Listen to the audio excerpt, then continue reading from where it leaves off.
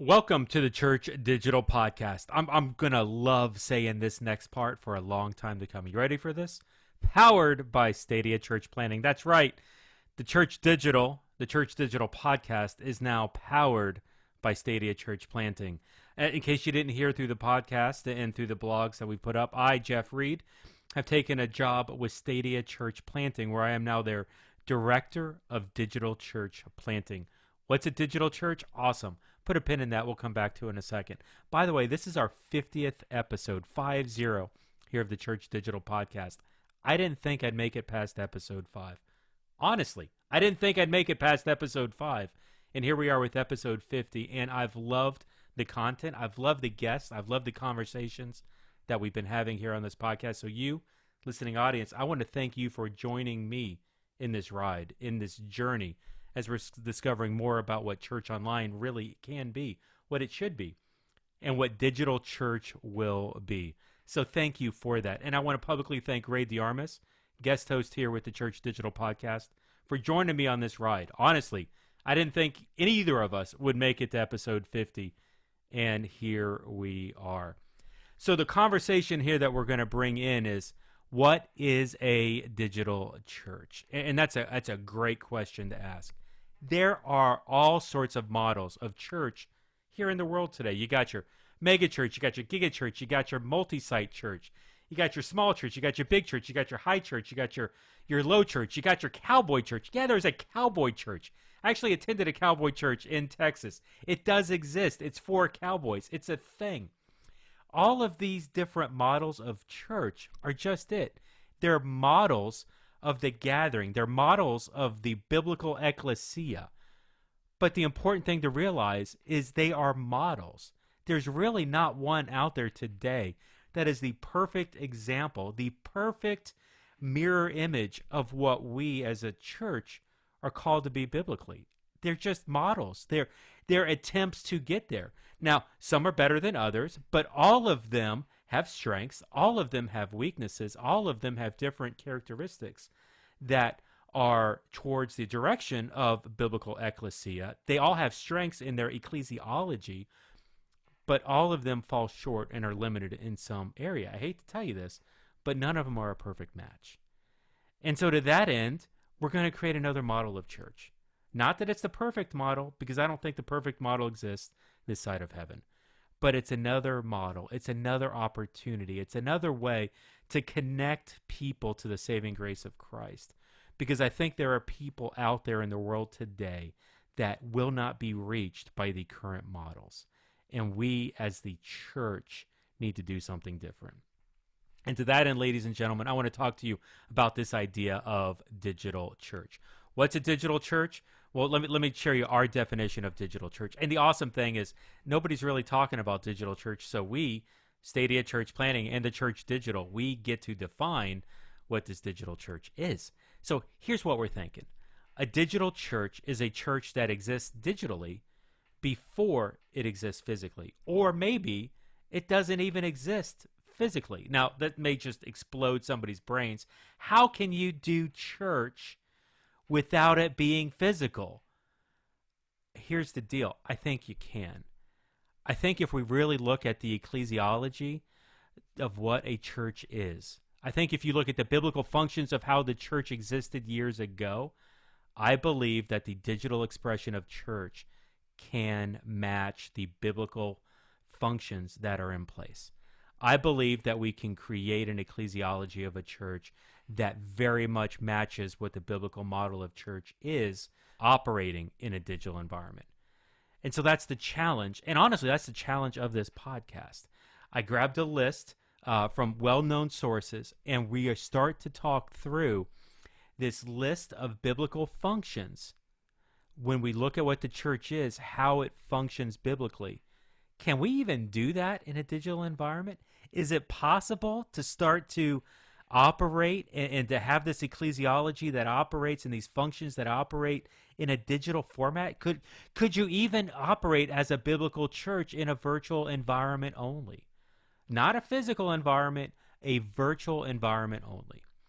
And to that end, we brought in experts from all over the country to be on a panel to start this conversation. Yeah, we grabbed a bunch of online pastors and said, hey, come over here. Let's have this crazy conversation. You know the best part of the conversation, straight up? At least 4 times in this podcast, somebody made this comment, I hope I'm not going to get fired because of this, but.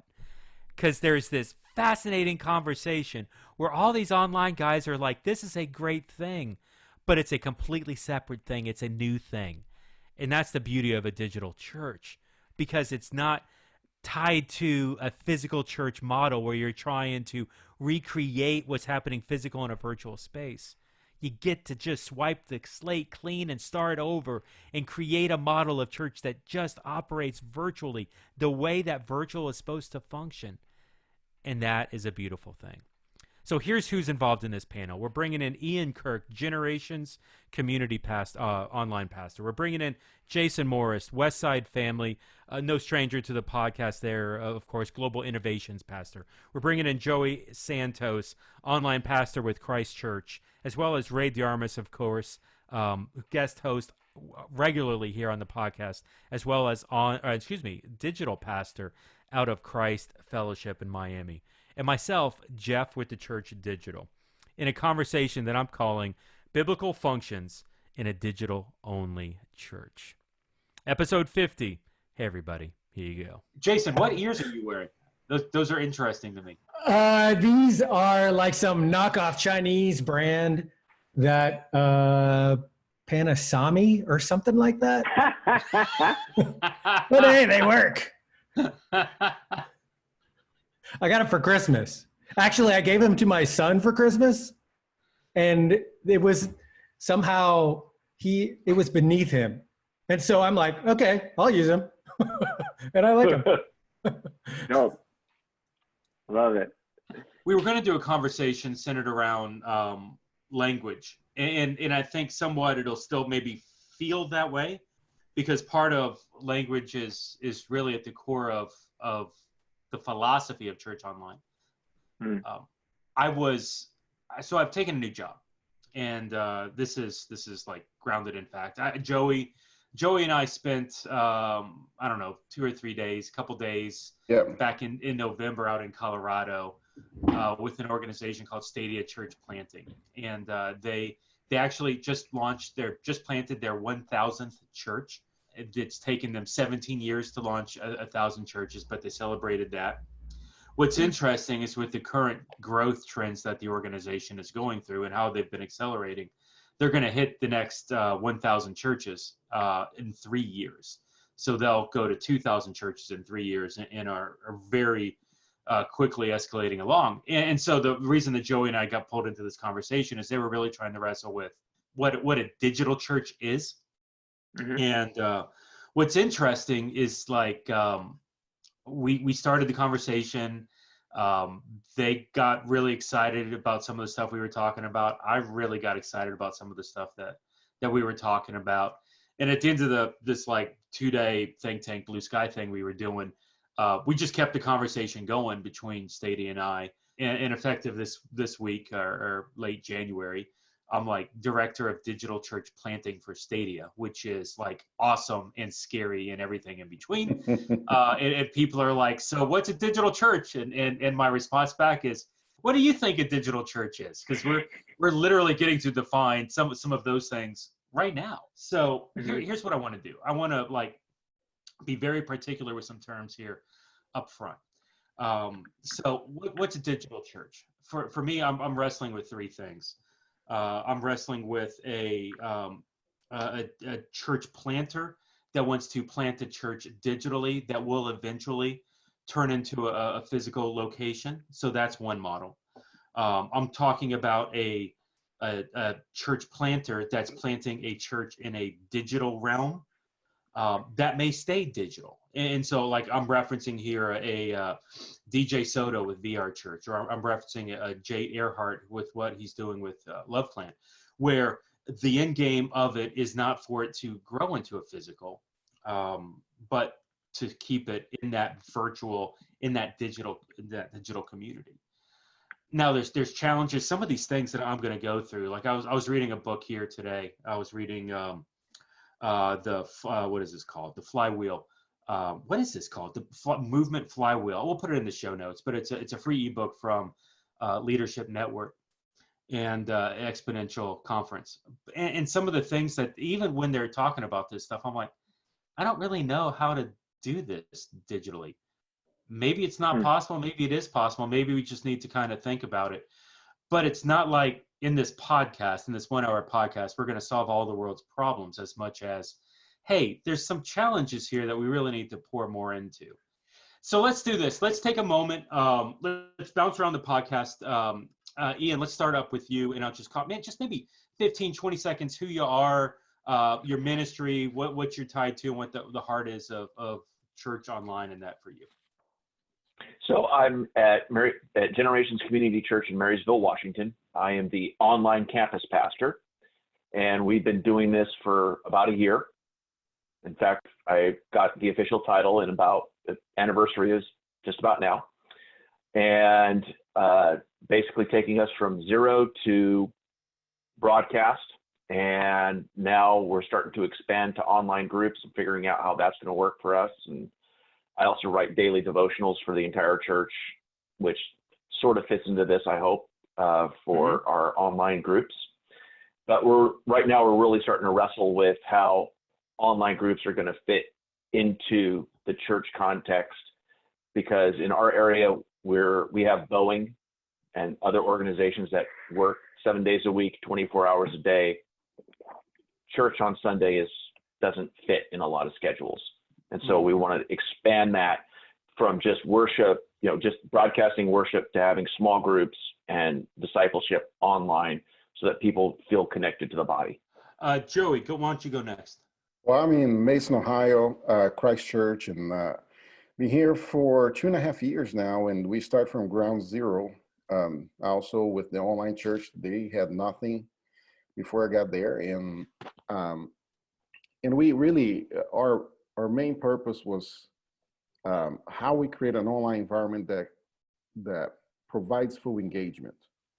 So the idea was literally if our next door neighbor from our church doesn't want to come to our building, but they engage online, we're okay with that.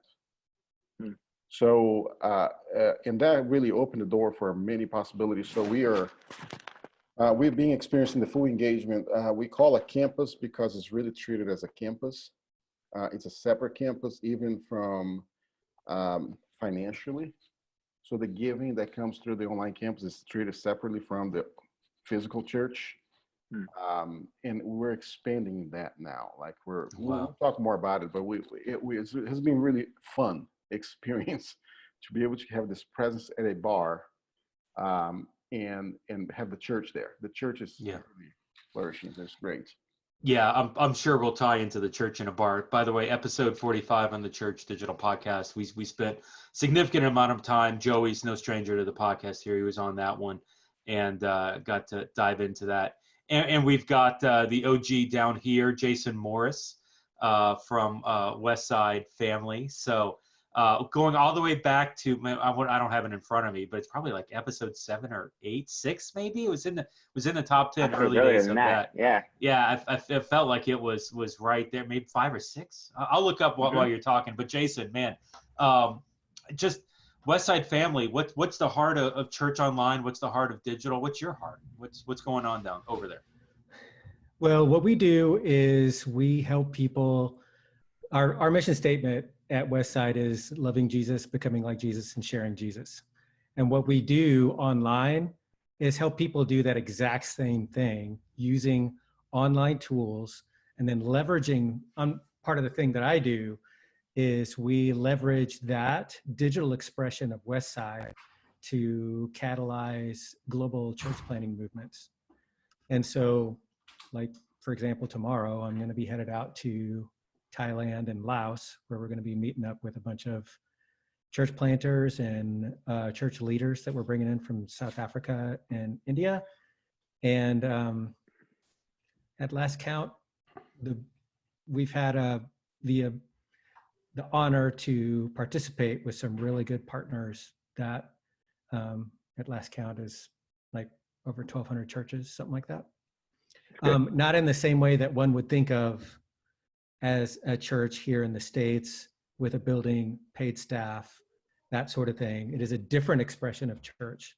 But what we're doing is we are leveraging the digital resources that we're creating and allowing that to give people on the ground the tools that they need to create contextualized versions of Jesus Church wherever they happen to be. So our heart is to make that happen, because the way I see it, Jesus said, go into all the world, and we're just giving it a shot. So that's what we do. So you're literally getting on a plane tomorrow to travel over. That's cool. Mm-hmm. Appreciate everybody taking the time to jump in on this. Hey, Ray, you want to give us a 30-second on you don't get to talk about CF much, like just really the heart of what you guys are doing over there at Christ Fellowship in Miami. I mean, really, it's continually changing, and God's allowed us to use digital tools as a way to reach people and how to disciple them, and even on into the future. And eventually, Jeff and I will talk about this, because Jeff and I both sit on the board and work with different organizations, and how a lot of this is kind of taken shape. But everything from we lead small groups online, we have community online, we do services online, and it's expanded even now into missions and how we can do missions online. And pretty excited to talk about that on in the future. But God has really used this in a great way, and just been grateful to be here all the way up through episode 50. It's been really cool to be part of the Church Digital, but really at Christ Fellowship, it's been quite a ride and quite an experience to allow digital tools. And my role is expanded. I'm not just online campus pastor anymore. Like, I'm basically our digital strategist overall now, and it's kind of helping find a way to allow all those tools to work together to help us reach people in a digital world, but also recognizing, and we've used this word here on the podcast, in the phygital world, where the people who attend our campuses and the people who attend our online campus, in a lot of cases, are one and the same. And I'm sure we'll get into some of that discussion today as we talk about what it means to be the ecclesia, or the gathered online. Yeah. It'll be fun stuff. Yeah, it was funny. I got called out on Twitter. I can't even remember who did it to me at this point, but and it's Twitter, and it was all nice. But Jay Crand over at Saddleback tagged Ray and I. Evidently, he's got somebody from his church that's moving down to Naples, Florida, and he was asking, Ray and I via Twitter, hey, do you know any churches? He said anybody who's doing anything in Naples. Mm-hmm. And Jay being the online pastor over there, I replied back, are you looking for online or physical church? And somebody will tell me, we'll link to it in the show notes, but somebody busted me, and they were like, does it matter? And I was like, okay, touche, well done. I appreciate the shot, yeah, it does in this context, because I want to know who to recommend to. But anyway, yes, physical or virtual doesn't matter. We're all the same church. I want to hone in, because part of me's like, I love that, and the fact that we are all the one church, and the different parts and things that come from that.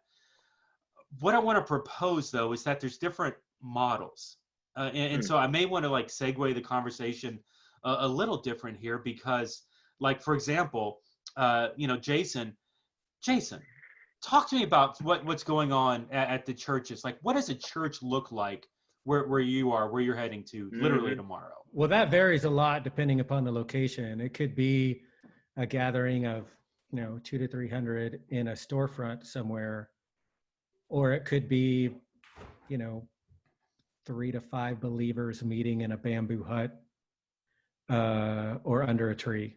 So it takes lots of different forms, and much of that has to do with the context that they're in.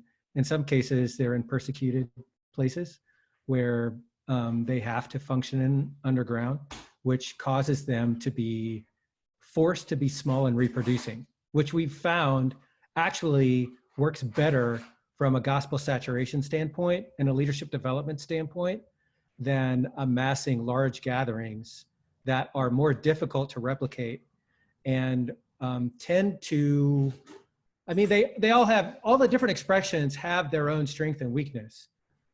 But one of the weaknesses of a larger gathering is the leadership development pipeline tends to weaken, and the gospel saturation in a given area tends to weaken versus other expressions or other forms, because you're talking about different forms of church, right?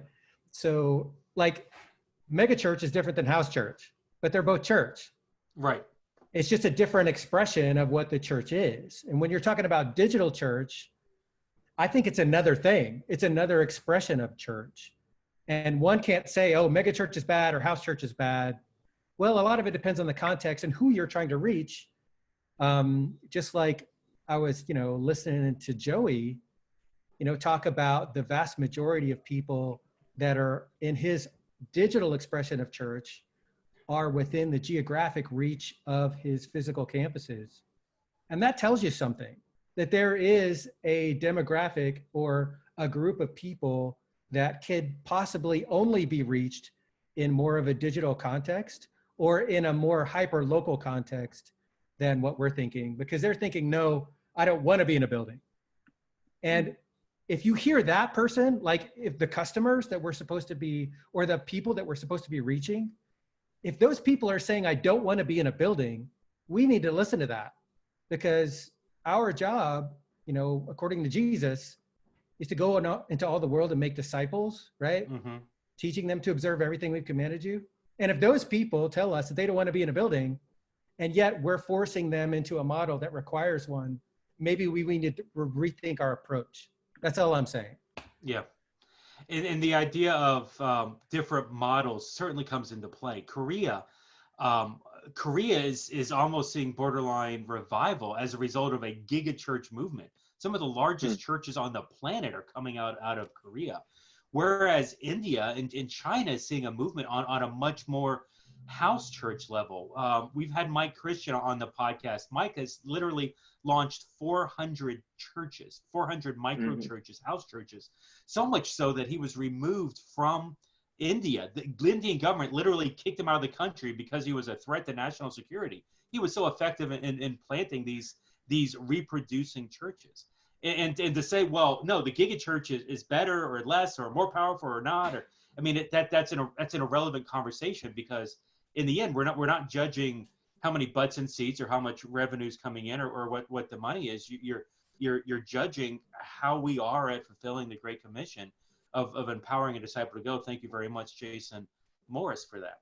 And so, well, there is a facet that I think maybe should be considered, and that is in the same way where the primary expression of church in the first century that you find in the book of Acts was not in large gatherings. That happened later. That's not to say that large gatherings aren't effective. They can be an effective tool, and we have seen them as effective tools, even in regions where the primary expression of church might be a house church or a smaller gathering. The interesting thing that I see about the digital church, though, is that it is in some ways neither mega nor micro, in that it is a networked church where you could have smaller or asynchronous exposures to the church, not a church service, but perhaps, but done in a networked fashion where the net effect is greater than the sum of its parts. Yeah, the tough thing that I see, and this is something that we're all struggling through when we talk about the age that we're coming into in terms of digital churches, for quite some time, we validated Sunday morning because it was something that we can count. It was something that we can kind of control. With digital tools, we have less and less of an ability to control that. It's more virally spread. We can spread out content further and faster than ever, and it can reach people of all sorts of different means, different economic statuses, different neighborhoods, etc. And people can access content from different pastors who aren't even in their own city. And so in that way, it gives them the ability to be shepherded by people that they may never meet, never see, which is something that the megachurch movement was already kind of doing. Because even though I could see my pastor on a stage, the odds of us having a relationship in a 2,000, 3,000, 4,000 member church, slim to none, And so now when we start talking about church as how we know it, now we got to get down to some of the nitty gritty stuff, which digital, in my opinion, can actually do better. and I'll get to that in a second, in the sense of accountability, actually being in relationship, being in somebody's life. And here's why. With digital landscapes and with digital tools, I can be in somebody's life every day. We can stay in communication every single day, and we can keep an accountability, and that person can keep me accountable to things like scripture reading, to prayer. That person can be in my life, and the praises, in the good, the bad, the ugly, all that stuff. A lot of that can happen on digital landscapes where face-to-face interactions can't happen as much. And so, the example, and I've used this before on the podcast, that kind of launched me in this direction, seeing how this could be real. My wife's been part of the same text thread with other Christian mommies for about 10 years. And they've been there through the good and the bad, holding each other accountable through the birth of babies, through some of them, their divorces, through remarriages, through all sorts of stuff, praying for each other, keeping each other accountable, encouraging one another, doing all the things that we would expect the people sitting in our pews to do, and doing it more effectively than I had seen in some face-to-face small groups where it was like shallow relationship, but hey, they're meeting together every week. So check mark on that part. I've got a question on that, Ray, because I think you're touching on something that is overlooked many times. The question I have in that environment where I think one could actually do more ministry because it's more constant. In that texting group that you described, do they ever, or do the members ever get together physically? They do, but it's not as often as you would think. It's maybe once a year, maybe once every 2 years, because now they're spread out. Some of them, one of them's living in Canada, a couple of them are living in the Carolinas. And so they've spread out like on this scale, but they're very much in each other's lives every day. It was kind of funny because at some point, like I was in what I considered accountability groups, and I would be sitting down with my wife and I would just hear bzz, bzz, bzz, like her phone would be going off. I'd be like, what's going on? She's like, oh, it's just the girls. And I'm like, well, man, what's going on? Hey, so-and-so is going through this thing and we're all praying for her. And I'm like, man, you guys are in, and I mean, some of this is just me being a guy and her being a woman and just them being better at communication in general, but I was like, man, you guys are in each other's lives much more than I am with my own men's accountability group. Like, yeah, we'll talk about like some sin issues or some different stuff, but you guys are bringing like the day to day to each other. And that's a big deal. The trend that you mentioned and the way that that texting group has expressed itself as the church is a growing trend that I see happening, where on-site, face-to-face conversations happen less frequently, but are more meaningful because of the gaps that are being filled on a more constant basis through a digital means. And perhaps it could be that trend can be seen not only in church world, but in every other sector of society. So that being said, perhaps our ministry model could adapt to that cadence where, who knows, we could have an on-site gathering, once every quarter or something of that nature that's really big, really awesome, highly excellent, and not able to be repeatable every single Sunday because that's too much of a grind and would suck too much resource and energy from the actual ministry that's happening in a digital means on a more frequent basis. Does that make sense? Yeah, that actually kind of aligns with, if you guys read the book, and Daniel M. talks about it in No Silver Bullets, it's called Flip the Classroom. Are you guys familiar with that term? Where essentially it was two chemistry teachers, but who wrote the book, and the philosophy's out there. What's interesting, and I'll talk about my wife later in the context of this, but because my wife said master's in education, and when I said flip the classroom, she got really upset, which was funny. Anyway, we'll get to it. But what Flip the Classroom is these two chemistry teachers, instead of being focused on lecturing in the classroom, they flipped it. So they would lecture like pre-recorded, upload it to a video server somewhere, and the homework was watching the lectures. Instead of the teachers feeling like they had to perform 4 or 5 classes a week, perform 4 to 5 classes a day, they would do it once for online, and the students would watch it once. If there were questions, they'd back it up, they'd pause it, repeat it over and over again. And then that was the homework. The actual like application point where they do the homework, where they ask the questions, where they're going through the labs, like that's done in the classroom. Teachers are able to then engage with the students without having to worry about the performance, without having to worry about that, but more of person to person building that community. Student scores skyrocketed as a result of that. Also, the teachers felt they better understood who the students were and what their needs were, because instead of them performing their word over and over to them, they got to listen and understood who the students were. Now, my wife has a master's of education, and it was funny. I asked her, because I read the book on the airplane recently, and I got home and I was like, hey, have you ever heard of this? You ever heard of these guys, this book? And she's like, no, but I hate Flip the Classroom. And I was like, really? Just tell me why. And she's like, oh, well, the teachers are just being lazy. Was my wife's response. And I was like, oh, that's interesting. And I was like, because I'm interested in this in context of church and discipleship, and maybe even changing how we're creating disciples, what that process looks like. And she says, oh no, I totally think you should do it from the church level. I think it would be awesome at the church level. I just think teachers are being lazy. So I don't know what that does for my wife. If somebody wants to speak into that, I can give you my wife's email address and you can speak with her directly, because Lord knows I was like, cool, I'm going to let that one go and we're going to move on. Your wife's reticence to that approach is fascinating to me. At the end of the day, my question is, what is the point of education? Is it so that the teachers can have meaningful activity, or so that the students can learn something? And if test scores are going up, who cares? Yeah. If the teachers are more lazy, even if that's the real reason. If it's more effective, who cares? So in my mind, that really kind of parallels some of the other things that I feel like people are struggling with when it comes to new ways of doing church. You need to know what your goal actually is. Mm-hmm. Is it activity? Is it programs? Is it events?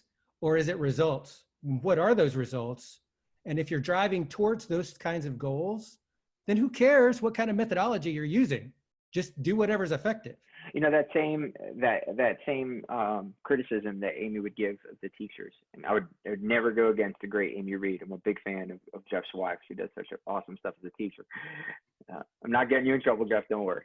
But thank you for that. I appreciate it. Keep going. Yeah, but here's the deal. That's the same criticism I've heard of pastors who've even gone to video teaching, or churches that have gone multi-site that have gone to video teaching. Oh, that's so lazy. That's something that churches should not want to do. And it's like, well, hold on. And this is like, I was the campus pastor at a physical location before I became the online campus pastor.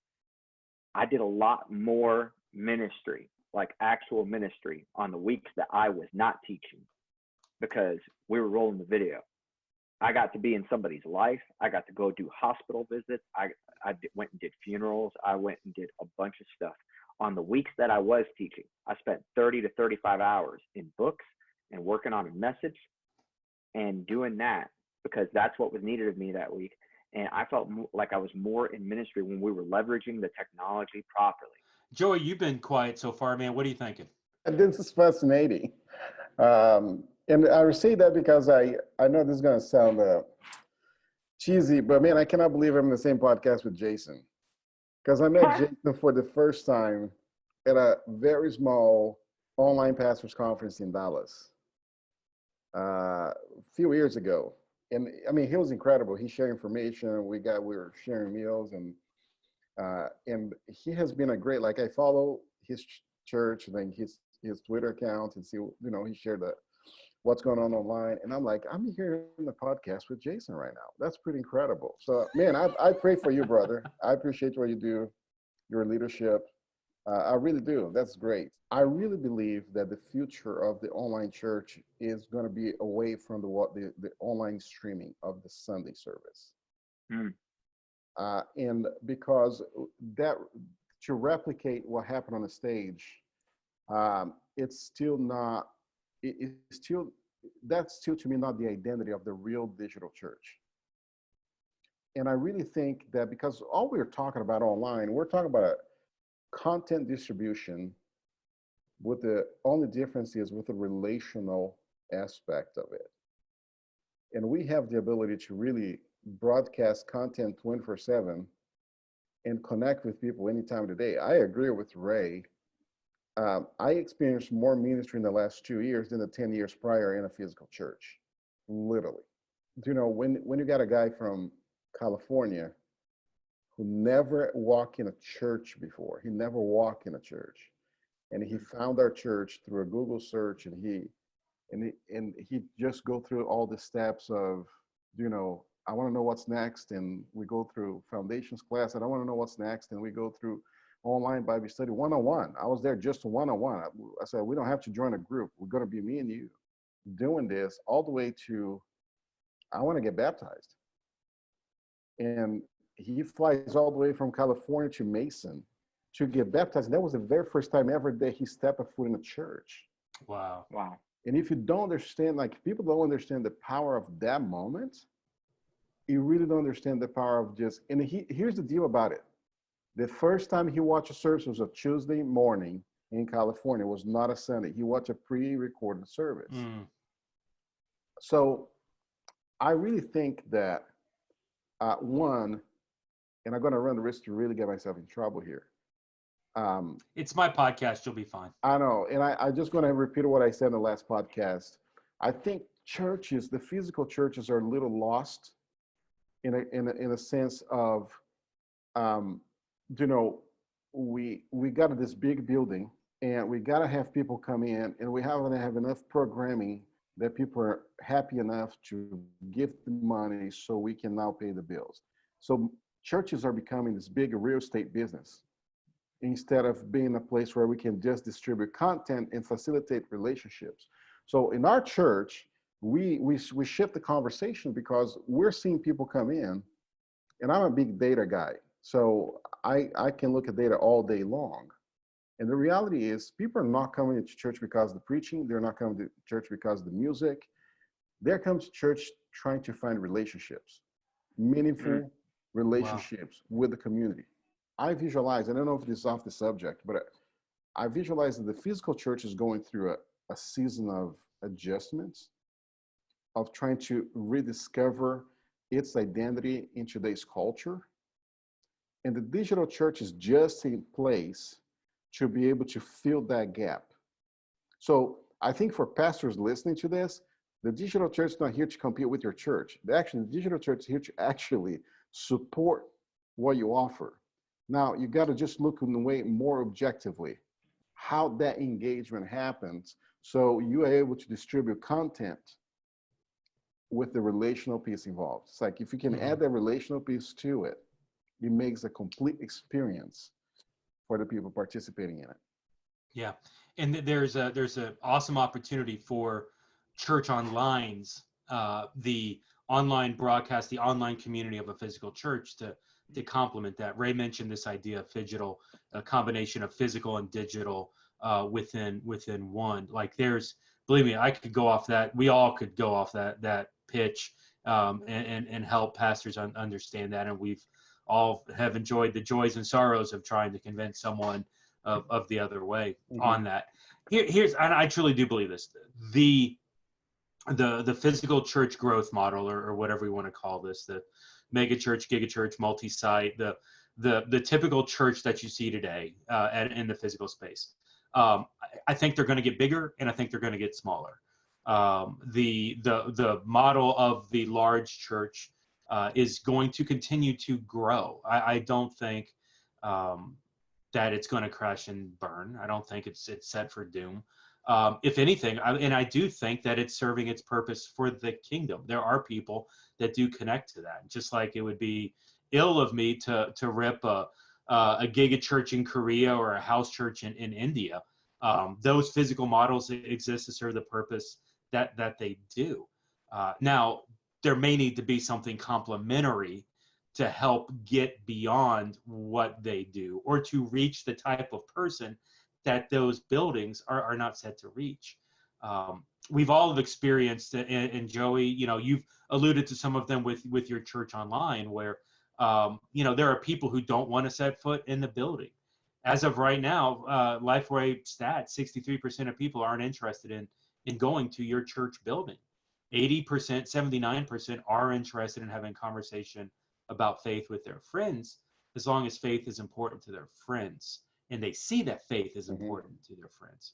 So there's an opportunity I would suggest for a new model. We've talked about this, and this digital church model that's driven more towards a discipleship oriented type structure is what I'm suggesting, where we are discipling people to engage within a community, whether that's a physical community, maybe it's a neighborhood or a couple blocks around somebody's house.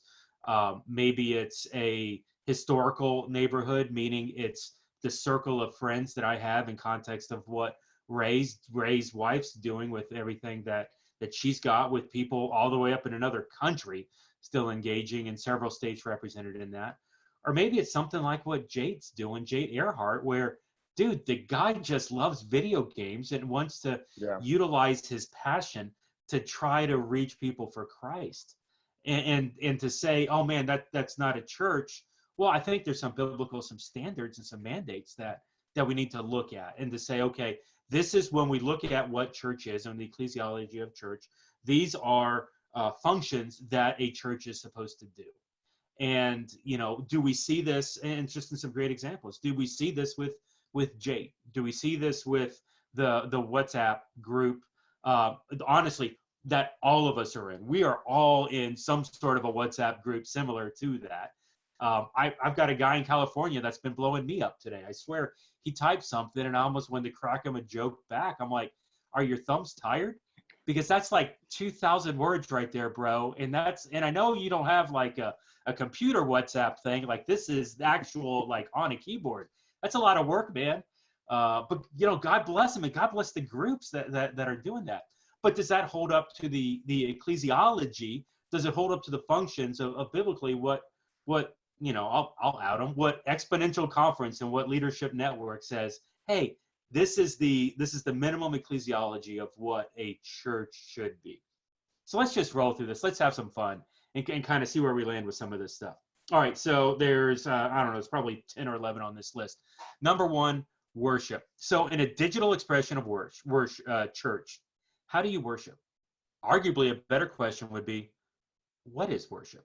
So, I mean, I guess the traditional way, and for many of you who broadcast your services, the first thing you're going to say, hey, we broadcast the songs that we do on Sunday morning. But, Jeff's question of what is worship is kind of an expansive thing that every worship leader loves to discuss, but everybody just kind of takes a pause. We kind of identify the worship as primarily the singing portion of church and the fact that we're singing and engaged together. But the reality is whenever we say that worship's a lifestyle, for some reason, that tends to take a dive once we try to talk about church in the context of online, because we want people still to gather in physical spaces and sing together. Truth is, it doesn't matter if they're singing privately, in a room. Doesn't matter if they're singing amongst a group of other believers. They're still engaged with God. And worship can take on so many different forms within that. Now, that being said, if we're looking for our traditional form of singing, yeah, you know what? They're watching the broadcast and they're singing along. Like, that is happening. In a lot of cases, man, folks have even engaged in the chat. Like, hey, man, my hands are raised right where I'm at. And that's a powerful thing when God can do that, no matter where they're located. And I love the idea of the weekly gathering. And Jason, you've alluded to this in a past podcast, and actually you connected me with Neil Cole's Church 3.0. We talked about that the last time that you were on, and that book, along with some others, really started to reshape kind of how I was viewing church. Answer this question for me: when did church become a weekly expression? Do you know historically, or does anybody know? Like, I mean, obviously we're seeing Jesus speak to large crowds, feeding of the thousands, the Beatitudes. So he's doing this. We see it in the letters to the church. So we know that smaller works, but when did it shift to like every Sunday we're doing this thing? One of the things that you find in Acts is that daily they were doing all these things.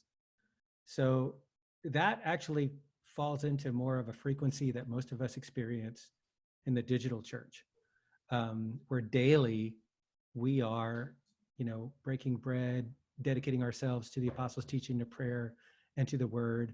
Those sorts of things, we don't. I think, if I remember correctly, and I might be wrong, but I think around 300 AD is when you start seeing the more traditional or temple-based expression of Christianity. That was kind of centered around the Nicene. I don't want to get historical here, Yeah, but the Nicene Creed, exactly. all that was kind of in that. Okay, so like there's this idea of where it shifted to a periodical tent pole as opposed to moving away from this lifestyle thing. I would suggest, man, even like popping in the AirPods here, jamming out to a Hillsong. Yes, it's not corporate worship, but it's worship to God. But we're losing in the digital church environment. We are probably losing a little bit of that corporate. What do you guys think? How can we overcome that corporate loss that we're feeling there?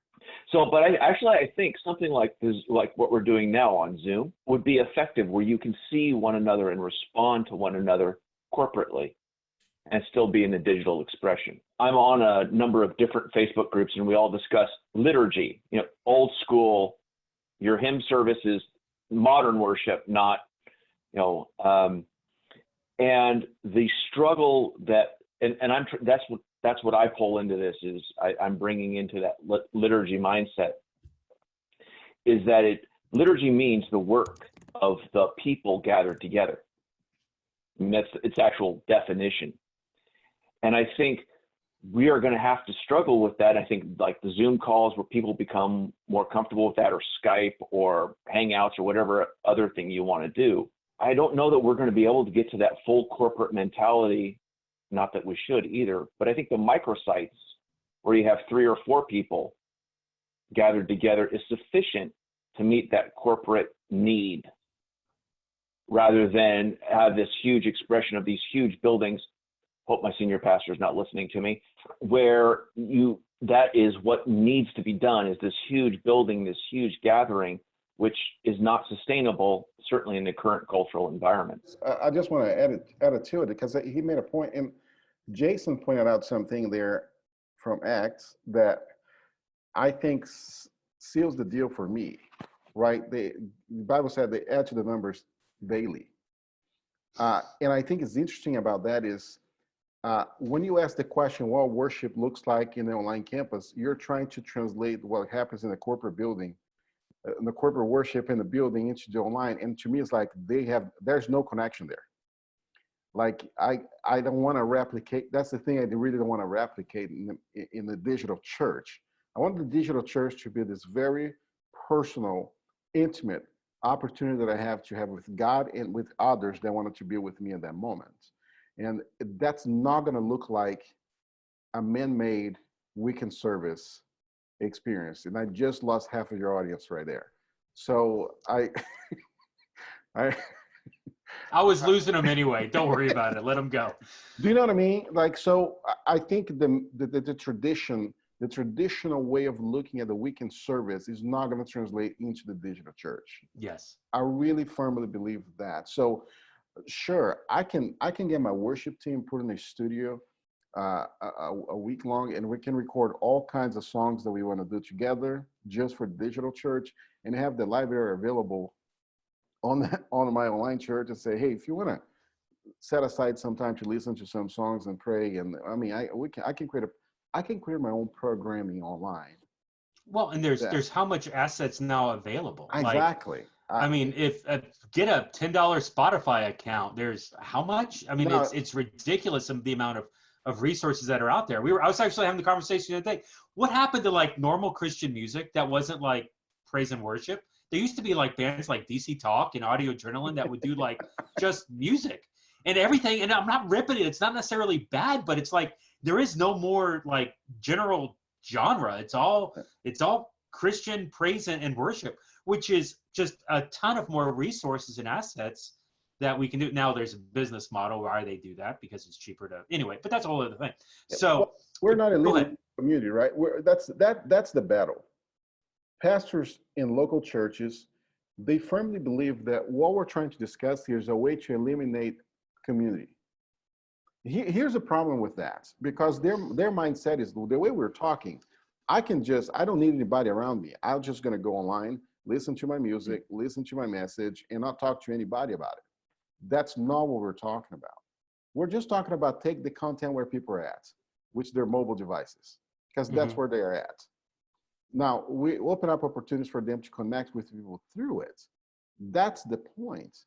And I think the battle, the resistance that we end up facing with many churches is that, no, it's not. I mean, I literally heard a pastor say this just the end of last year. When he was starting the message, he's like, I love that we can broadcast online, but here's the deal. If you in your house right now, you could be here, you should be here, because you're not in church if you're not here. And he just said that on camera. Another thing, it was people that post on social media talking about their online church. They say, if you cannot be in church today, watch online. And to me, it's like, how that doesn't make sense. But because the perception is not there, right? Because you are the church where you are. That's why our house campuses, we have this big t-shirt. It's really big. I am the church. Awesome. Because of that, because you're the church where you are. I think the concept of worship in a model that the physical church produces might not be what worship going to look like in a digital church. That to me, that's really the bottom line. Let's segue, because I want to get through some more of this list. And we thought worship was controversial. Wait for the next one. And I'm going in their order. This isn't me choosing this order. Teaching. So what should teaching look like in a digital expression of church? Now, here's whatever we assume it is in the physical, we have an opportunity to start from scratch. This is not a physical church doing a church online, doing their ministry in a virtual space. This is a digital church that's planted just for a purpose of growing and multiplying digitally or physically. But what should teaching look like in a digital church? Jason's laughing because I know he's got something. Whenever I try to answer that question, I try to go back to the most primal expression of church that we know of, and that's found in Scripture. So I feel like if the Apostle Paul felt it was okay to teach via his letters, in other words, via text, then it's okay for us to teach that way too. Wow. So you don't have to have, and you have, like, I just finished up the book of Romans, right? In the last chapter, it's fascinating because he sends greetings from afar, right? So he's disintermediated already, but yet he's sending greetings, trying to maintain the connection of community after having taught for 15 chapters. So the way I see it, and the Apostle Paul never saw the church in Rome. It was a group of 5 house churches, but he was teaching that church without actually being physically present, even though he wanted to be. I mean, that was his desire to be, but he wasn't. And so I think that tells us a lot of what could be done when it comes in the digital space, because it's already been done. So we should just go with that. Well, so here's what I would say, in Joel chapter 2 is like all of this is being forecasted in terms of what the future church would look like. It was a lot about how they would teach each other because the Spirit of God was moving in them. And so once again, in the context of community, there's something so powerful about the fact of, hey, listen, we can all watch good sound teaching, good sound content, whether it's coming from the outside or whether it's somebody delivering it from the inside. And then we can actually discuss something that we can't do on a Sunday morning in a physical space. We can discuss how it's applicable to our lives and discuss and confront one another about, but seriously, like, can we live this out? Let's go to the simple and yet tough to follow commands of Christ, something like loving my neighbor as myself. All right, so it's one thing for one person to teach it from the stage. It's another thing for me to talk about in practicality about how it's supposed to be lived out, and to discuss about how I don't do it all the time, and how there are times where it's hard to love my neighbor, or to ask the question, well, who is my neighbor? Just like it was asked to Jesus, and to unpack that with one another. Those are the kinds of things that can be done in digital spaces that can be done powerfully, where I can learn from other people's experiences, where I can, rethink and have some reshaping of my own mind and my own thoughts by the impact about how the Spirit of God is moving in other people's lives, and not just my own. That's something that can happen in digital community. very quickly. Oh, I think one of the things about message, I think it has to do with when you talk to an online audience, you're talking with a global audience. I think one of the disadvantages that pastors have from the stage is that they still preaching to the local church and the local audience right there. And to make the shift, it's not easy. It's not easy. I mean, put them in a really bad spot. So it's interesting because if you're going to do a Bible study online group, the Book of Romans, you're pretty much just talking with people in your church or Christians that know what Book of Romans is. Whereas if I'm going to do a Bible study or a group, I'm going to do a group on leadership and principles of leadership. It's going to be based in the Book of Romans, but I'm going to tell you exactly why you should do this Bible study by introducing a title and a theme and a reason that is not the language that the local church is used to. And I think that's a big challenge. That's one of the things, it was very clear to us when we started Church at the Bar, because we started Church at the Bar in the worst possible sermon series that we can start, Book of Revelations. So I mean, there is not much practical thing that you can really tell people, go to work tomorrow and live this out, right? So it was just incredible. And out of that, I'm at the bar and I'm watching people watching the service, and it's like, I don't know.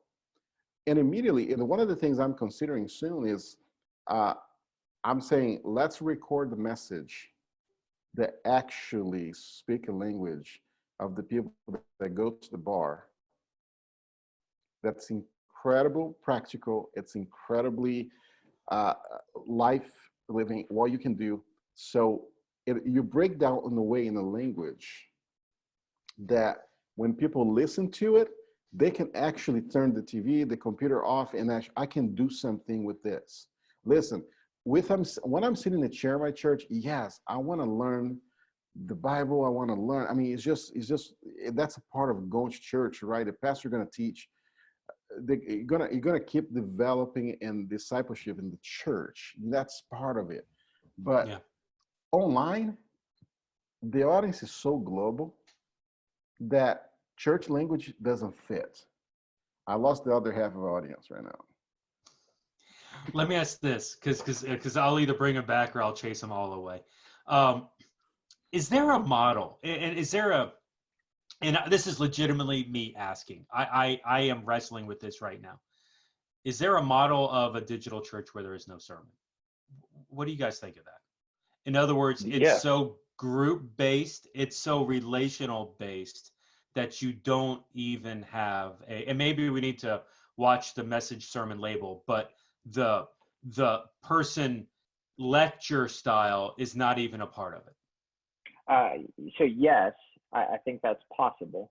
The key here is that scripture still needs to be a foundational piece of whether it's discussion or whether it's something else that's happening there. I do think that an element of scripture needs to be a foundational piece. And so whether it's not somebody from the traditional lectern or pulpit delivering it, or even from video teaching, as long as there's scripture at the center of a discussion or whatever else, I think that can take place or shaping what can happen. Now, if and this is where, many of us have been part of prayer services and this kind of thing where there wasn't like a formalized sermon. Okay, that's cool. But I guarantee you somewhere woven in there were scriptural elements as part of those gatherings as well. So I would say, hey, scripture is somewhere in there. I think we'd be good to go. Ian, did you have something? No, I don't think that there is a model that we should bind ourselves to in digital church. I think that's actually one of our problems, because when we ask these questions, we're keep looking back to the methods that we're accustomed to. Going back to how you opened up the question, how should the church teach? And it's more of what are the essentials that need to be done to teach, and let it go from there, because flipping the classroom would be a key point. What are the essentials? And Ray covered it too. The scriptures are the essentials. But why do we continue to bind people to a method or even multiple methods? Because each digital group cohort is going to have a different way of connecting with one another. Let's keep moving. Let's call it number 3. And I hear this one. I do. This is one that hurts. This is one where physical is not required or mandated, but it's going to be a challenge. The sacraments, baptism, communion, child dedication is not one of them. But those things that were held, you think it probably is, but it's not. It's not. Only in Baptist circles, guys, because we only don't baptize yeah. the baby. So the sprinkling, whatever, not doing that. I'm a Southern Baptist at heart. It's cool. Moving on. Maybe a little bit liberal Southern Baptist, but not anyway. It's another conversation. For us today, baptism, communion. What does that look like in a digital church? All right. Since this is a digital podcast, I can't ask everybody to raise hands, but how many people here, give it an I, have baptized somebody as a result of online church? I. All right. 2, 3. All right. So the answer is 3 of 4, 75%. All right, man. So it is possible. Now, granted, and Jeff, we've talked through some of the different ways and challenges that this kind of things happen. Everything from folks finding a method in their household and doing it via video chat into a bathtub, to Joe, you referenced somebody flying across 4 states to get baptized, or whatever it was, half the country.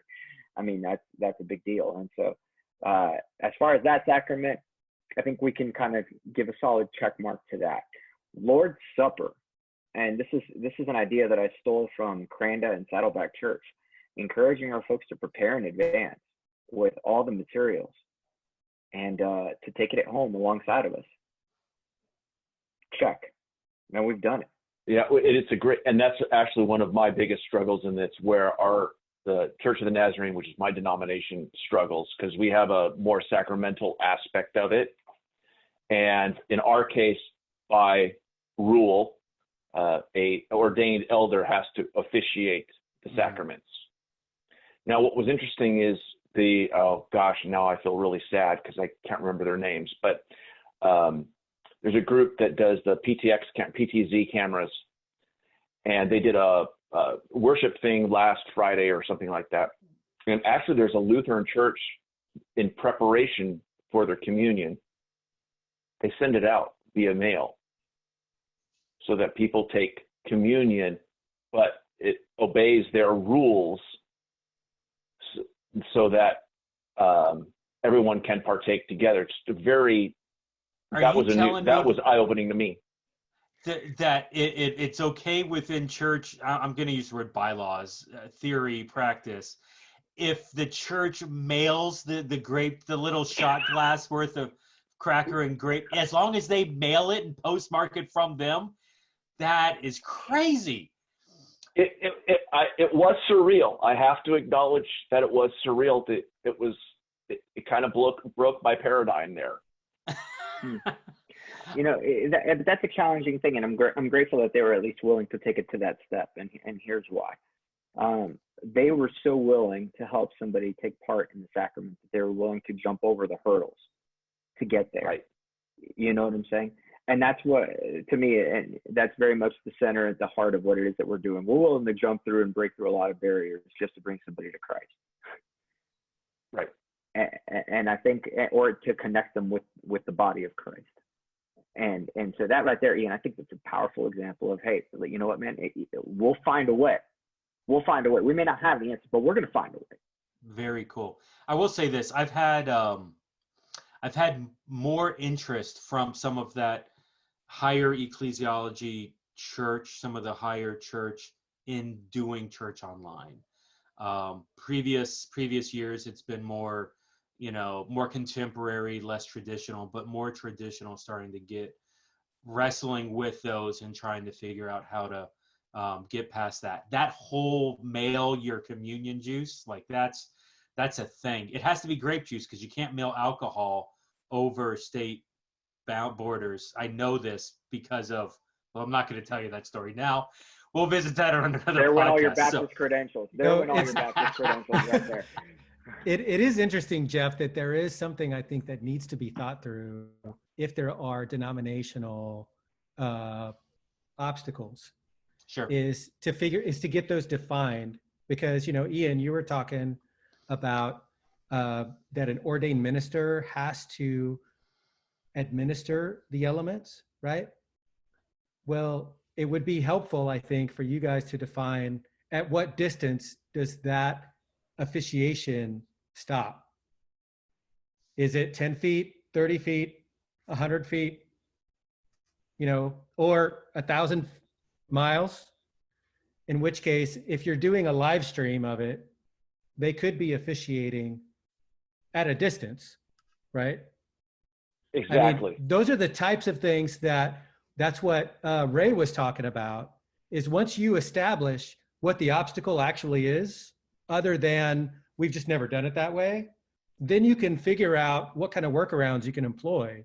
Because if your obstacle happens to be, it has to be blessed by an ordained minister in the moment. He's got to physically touch it and see it. Well, then fine. Let him do that ahead of time and then mail him out. You just got to figure out what the real minimal ecclesiology is, and then create your workaround so that you don't eliminate people in the process.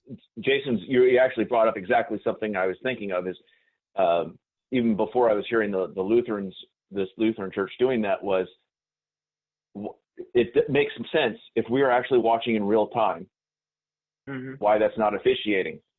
And of course, I'm sure someone will ask for my credentials after that, because I just said that.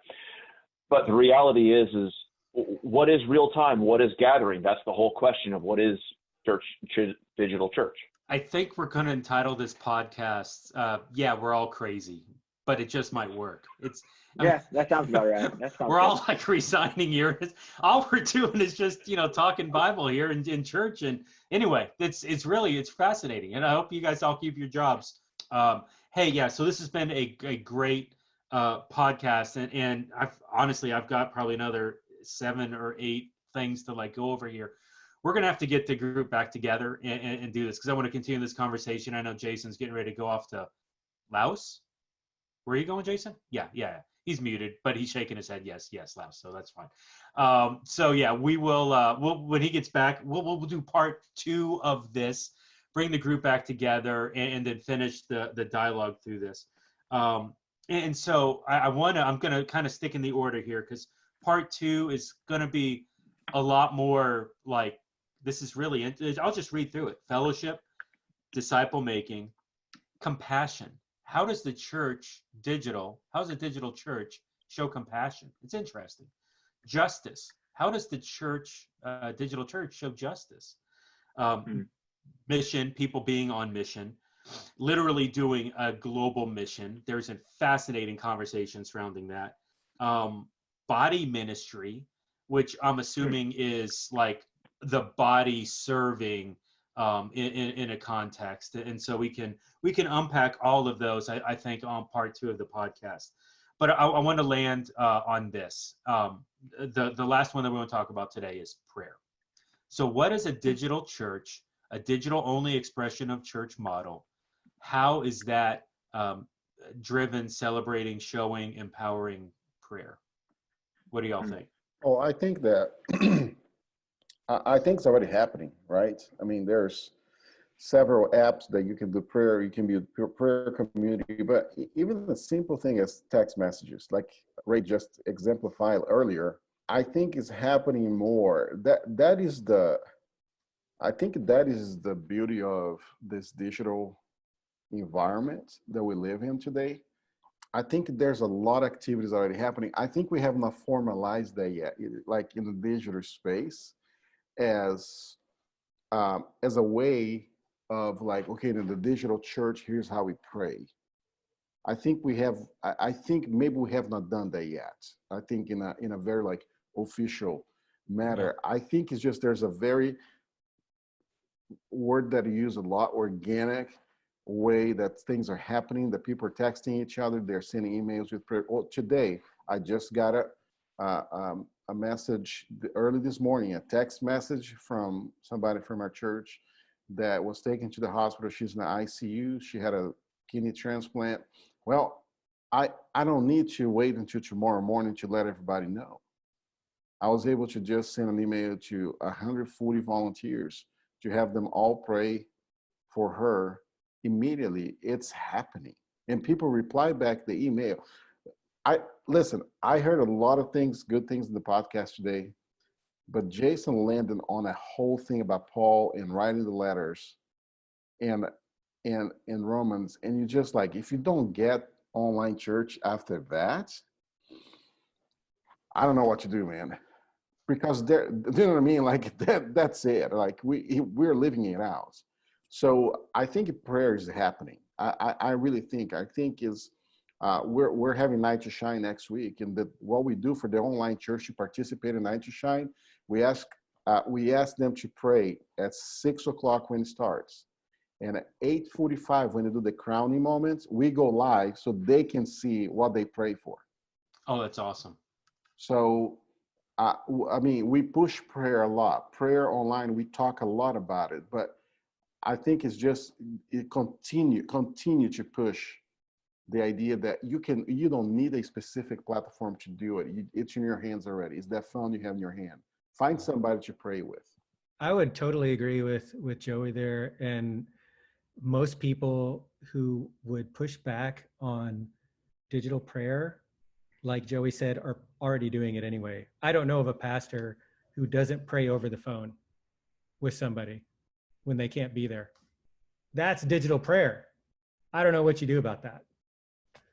It's just using, in some cases, a different tool, or in some cases, the exact same tool as any other pastor would use to call someone up and pray for them.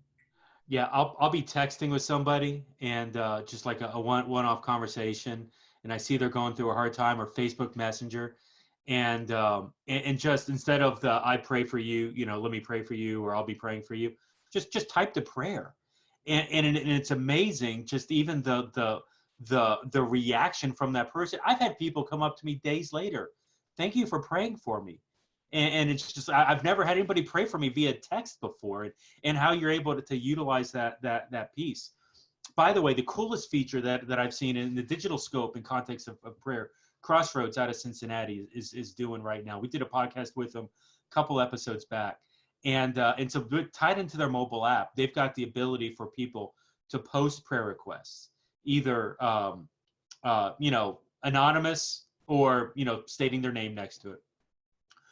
But then they also have the option for it to be public or private. And if it's public, other people see the prayer requests and can tag that prayer request and say, I'm praying for you. The person gets a push notification every time that prayer request is tagged. And so there's this immediate, the feeling, the physical feeling across a digital medium that, wow, people are praying for me right now. I'm part of a larger community. Now, that's cool. But here's the cool thing. Down the road, once that prayer request gets answered, yes, no, whatever the answer is, the person who has the prayer request can go back in and mark it answered, and then say how it was answered. And when they do that, that's pushed out to every person that ever tagged it saying that they were praying for it. There's this option of within the church app, they are creating community. My gosh, centered around prayer. What better thing should we build our community around than prayer? 18 months ago, I prayed for this thing, and now God's brought it to be. I'm part of that. That church sees 115,000 prayer requests a month through this system, because it's a big church, but still, it's not that much large adoption in context of mobile app. Not everybody's on it. So there's that much people identifying and connecting with prayer, because there's a communal feel around it, and they're getting that physical interaction across a digital medium.